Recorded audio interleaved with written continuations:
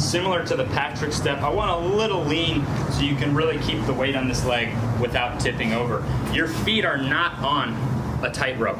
You're actually thinking to still stay hip width apart. So you're getting balanced, you're hip width apart. It's gonna take a little practice to find what step to take. And that's why you've already built a lot of strength before you're even on this. So you could, if you overshoot it, it'll look like this, like too far. If you undershoot it, you'll be like too far forward. So the perfect spot is where the back foot's on the toes, and that stays that way throughout. The front foot starts flat. As you go down, the front heel lifts in order to get as much coverage as possible without the back knee touching the floor. That's why you're also doing a stretch later on that will build to this.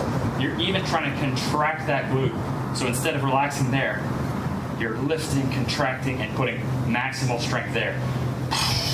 Push out, slowly down, all the way as far as you can. Full pause, contracting, chest back, pushing out.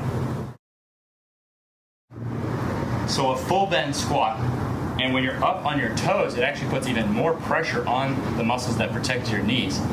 This, when doctors looked at hundreds of studies, they found that it actually meant a more stable knee, a more protected knee, less chance of pain, less chance of surgeries.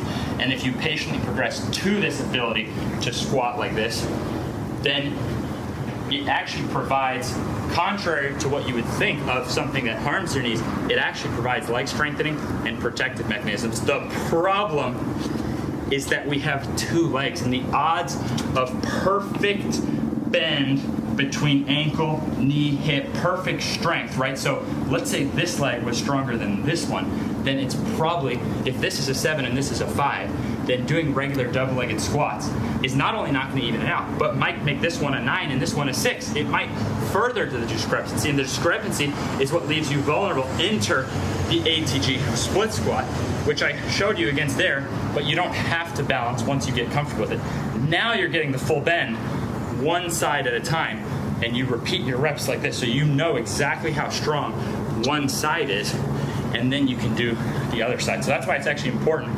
If you have a weaker knee, which for me, it was actually the right, because I did such a good job using this stuff for my left that had all the surgeries, then it was like, oh wait, my right is effed. So I usually start at my right and then balance it with my left. So now they're completely even. So even if I wanted to squat, which I don't because I have this exercise, but even if I wanted to, I would be safer and healthier for it. Plus, you get amazing benefits.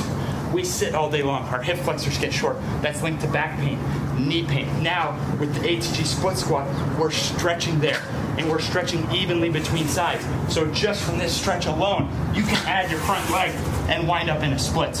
I don't stretch to the splits. I just do knee ability. It's an awesome bonus. So split squat is even gonna unwind your hips for posture. How easy it is to have posture up here when your hip flexors are tight. You wanna get rid of this? Split squats. You want to fix your knees? Split squats. You want to get jacked legs and jump higher? Split squats. You want to run faster? Split squats. You want to have a good relationship? Split squats. Okay, that one's not, well, anyways, you get my point. So the why on split squats, I could go all day.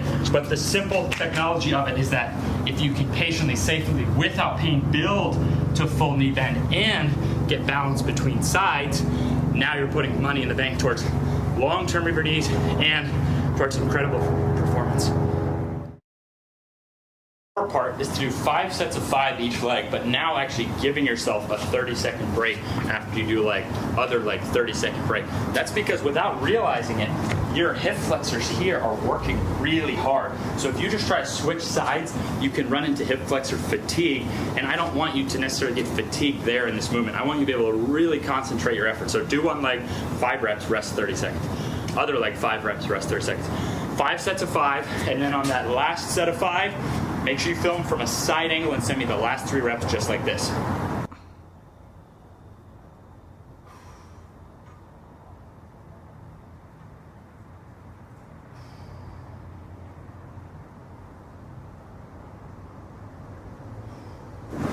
Doctor said I would never have full knee bend. This exercise saved me, but only in direct ratio to getting the Patrick step down. Think of this as long-term progress. For me, my knees deteriorated for 10 years. For most people, it's been years that their knees have been deteriorating.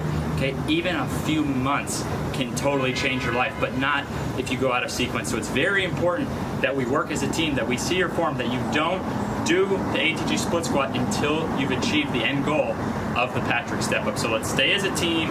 I know you can transform, and within a few months, you may never look back.